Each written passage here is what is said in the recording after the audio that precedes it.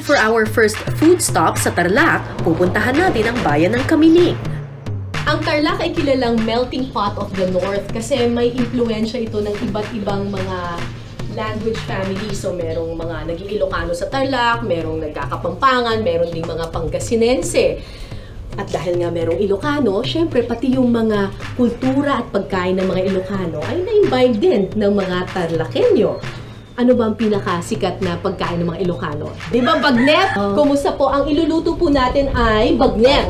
Pero iba ata ang tawag ninyo dito. Chicharon lang. Chicharon. Chicharon kamiling. Pero mukhang bagnet din siya, ano? Oo, bagnet din po. Ano ang pagkakaiba niya dun sa bagnet? Parehas din. Kaya lang, may asin sa amin. Yung mga iba, wala. Kami meron. Oo, kasi nung nagpunta ako nun sa Ilocos, yung original na bagnet na i-demonstrate nila sa akin ay walang anything, walang asin, walang paminta, talagang pinrito na lang. Asin lang naman po. Kayo, may asin. Asin So, lang. para siyang chicharon. Para talagang chicharon. Chicharon. Pagkukuloan muna ang karning baboy sa tubig na nilagyan ng asin sa loob ng 1 oras hanggang sa lumambot. Liempo o pork belly ang karaniwang ginagamit sa pagluluto ng chicharon kamiling. Malambot na, oo. Tapos ngayon, ipiprito na natin. Oo, pero medyo lalayo po ako dito kasi mukhang deadly weapon po ata. Pwede na po maglalay. Oo, sige po. At dito talagang niluluto talaga nila sa kahoy.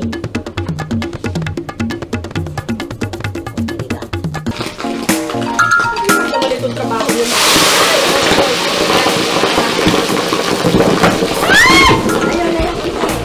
Layo!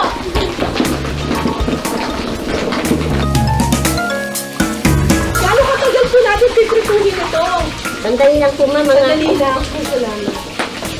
Talagang malakas yung putok niya kasi bagong laga. Yung iba kasi mga gumagawa ng mga bagnet o kaya ibang gumagawa ng chicharon, pagkatapos nilang ilaga, pinapatuyo pa muna nila para talagang matanggal yung moisture. Pero ito, pagkalaga, buhos ka agad dun sa kumukulong mantika.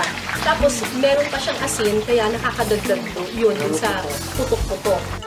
Ang Kamiling ang pinakamalapit na bayan sa Ilocos. Kaya naman ang lutuin ito na nahahawig sa bagnet, walang dudang impluensya raw ng mga Ilocano. Pag nagluluto po kayo ng lechon kawali, alam niyo na po na kapag tumahimik na yung mantika, malapit na siyang maluto. Kasi yung moisture nung baboy na galing doon sa pagkakalaga, ay medyo nawala na yung tubig niya. Oo. So, kanina may tubig pa. So, ayan. Ito, crispy na. Okay na to, oh. Mamula-mula na, oh. Okay, ito na ang ating bagong lutong chicharon kamiling. Ang bango.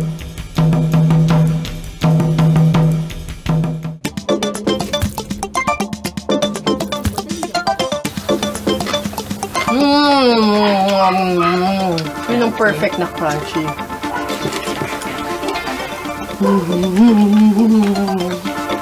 Nakakabata ito mga niya. Ang lambot! Ang lambot ng pagkakaluto. Tsaka crunchy. So lang nalalasahan ko talaga yung taba. Alam mong makasalanan to, kinakain mo eh. Talagang very natural lang yung flavor niya. Konting-konti lang yung asin. Talagang ang lasang-lasa mo yung baboy. Ang perfect daw para sa chicharon kamiling, lalagyan mo siya ng kamatis at saka ng alamang. Sarap. So, sa mga taga-Tarlac na Ilocano, maganta yun. Pero sa mga taga-Tarlac na Kapampangan, maganta mo. Ang labot! Pagkatapos kong tikman ng iba't ibang Tarlac dish, ako naman ang magluluto para sa inyo. Gamit ang mga lokal nilang sangkap. So, nagpainit na ako ng mantika.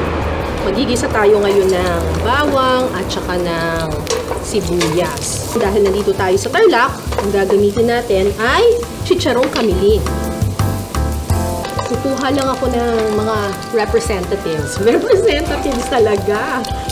Kukuha lang ako ng mga kaunti. Usually, yung mga medyo may crunchy na part kasi yun yung masarap na ipang toppings. Okay. Tapos, lalagyan na natin ng ating bagoong isda.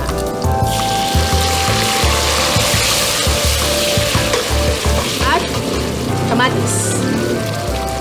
Now, depende kung nasaang parte ka ng Pilipinas gumagawa ng pakbet.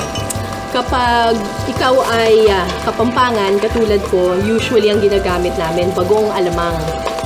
Pero yung mga Ilocano naman, karaniwan, bagoong isda ang ginagamit nila sa kanilang pakbet. Yan.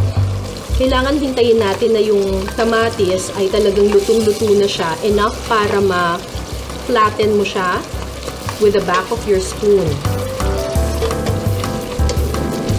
Yan. Mas madali magluto ng pakbet kapag ang gamit ninyo ay lechon kawali o kaya yung chicharong kamiling kasi di mo na kailangan palambutin yung baboy. Malambot na siya kaagad at may timpla na.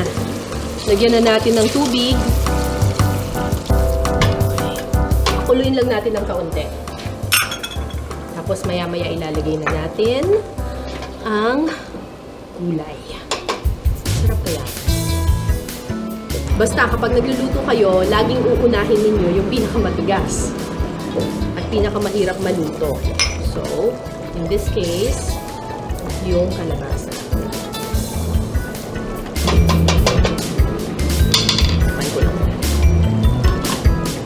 Lagay natin yung sitaw. Matigas din kasi itong sitaw eh. Ang dami ng okra. Pwede bang hindi ko ilagay lang? Sobrang dami. Kung medyo matutuyuan siya, dagdagan nyo na lang ng water. So, lalagay ko na yung ampalaya. Ito na lang yung ubos. At ang talong. Lagyan natin ng paminta. Ayoko nang lagyan ng asin kasi sakto na siya. Hilig ako sa paminta. It looks perfect! Pero, violet pa yung balat ng ating talong, so hindi pa siya luto. Tapan natin. Konti na lang. Siguro mga 1 minute, 2 minutes. Nagre-reklamo na yung kaldero. Sabi niya, gusto ko na lumabas. Sabi ng mga vegetables, ang sarap po.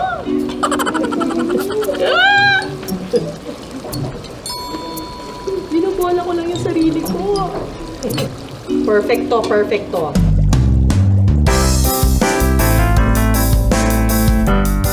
Uy! Ayan! Parang feeling ko okay na to. I think this is good.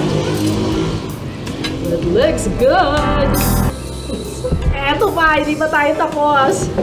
Yan, para mas masarap. Lagyan natin ng chopped chicharong kamiling on top. Alright! It looks good, huh? Mukhang masarap. Sana masarap talaga.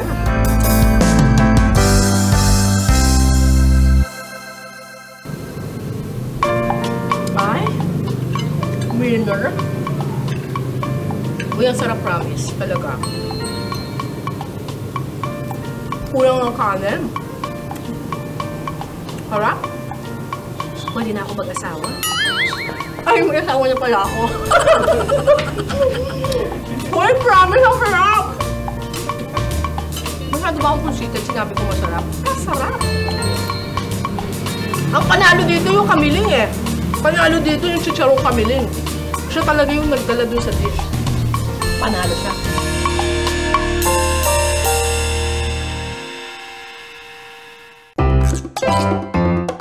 Sunod naman nating titikman ang mga katakam-takam nilang lutuin na ang bidang sangkap, tiktilaok, manok.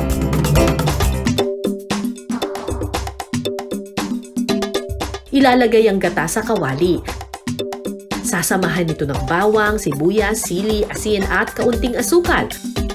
Tapos po, isunod po natin yung manok. Pakukuluan ng manok sa coconut mixture sa loob ng 1 oras. After 1 hour, luto na po yung lechon tinupik natin. Hahanguin na po natin. Ilalagay po natin dito sa dahon ng saging. Tutuhugin po natin siya. Dahan-dahan lang po para hindi po ganong madulog. Pagkatuhog po, papahirin po natin siya ng pampalasa. para po kahit nakabalot po siya, may lasa pa rin pong pumapasok sa loob. Tulad ng kakaning tupig, ibabalot ang manok sa dahon ng saging. Kailangan balot na balot para yung amoy ng dahon makadagdag panlasa dun sa manok. Pagkatapos, iihawin ang ibinalot na manok sa loob ng 30 minutes. Kapag natutong na ang dahon ng saging, luto na ang lechon tinupig. Get your taste buds ready para sa extraordinary lechon manok experience.